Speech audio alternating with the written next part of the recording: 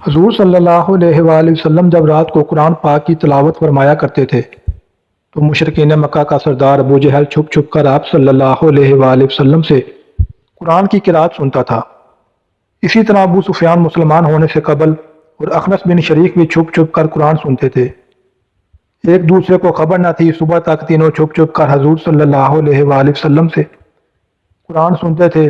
جب دن کا اجالا ہونے لگتا تو واپس اپنے اپنے گھر لوٹ آتے۔ ایک دفعہ ایسا ہوا کہ تینوں رات کو قرآن سننے نکلے اور واپسی میں ایک جگہ تینوں کی ملاقات ہو گئی۔ ہر ایک نے دوسرے سے کہا، تم کیسے آئے تھے؟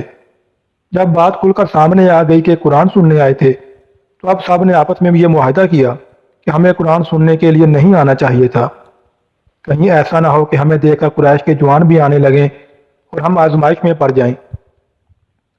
جب دوسری رات آئی تو ہر ایک نے یہی گمان اور خیال کیا کہ وہ دونوں تو نہیں آئیں گے، چلو میں ہی قرآن سن لوں۔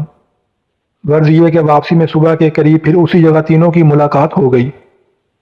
معاہدے کی خلاف ورزی کرنے پر ایک دوسرے کو ملامت کرنے لگے۔ بالآخر دوبارہ عہد کیا گیا کہ قرآن سننے اب نہیں جائیں گے۔ سبحان اللہ، قرآن سننا اور وہ بھی سرکار دو عالم صلی اللہ علیہ وآلہ وسلم کی زبان مبارک سے، بھلا ان کو کب سونے دیتا تھا۔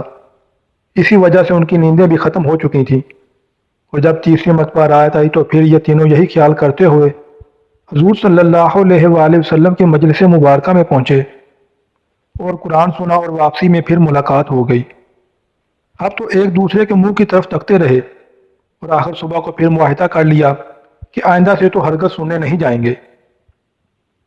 اب اخنس بن شریک ابو سفیان کے پاس آیا اور کہنے لگا، اے ابو حنظلہ، تمہاری کیا رائے ہے؟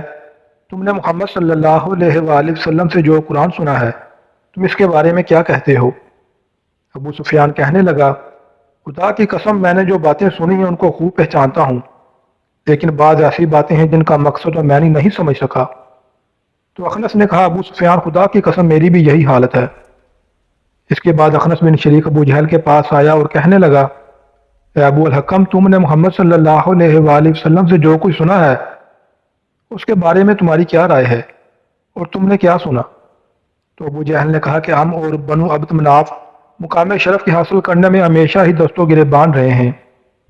انہوں نے دعوتیں کی، ہم نے بھی کی، انہوں نے خیر و سخاوت کی، ہم نے بھی کی، حتیٰ کہ ہم کو پاؤں جوڑے بیٹھے رہے اور وہ کہنے لگے، ہمارے پاس تو خدا کا ایک پیغمبر ہے، اس پر آسمان سے وحی اترتی ہے، تو اب ہم یہ بات کہاں سے لائیں گے؟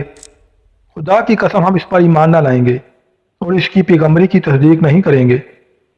اخنس بن شریک یہ سن کر چلا گیا، افسوس کہ حق کو حق سمجھ کر بھی ایمان نہ لائے اور یوں ہی جھوٹی چودراہٹ کے تحفظ میں جہنم کی آگ کا سودا کر بیٹھے۔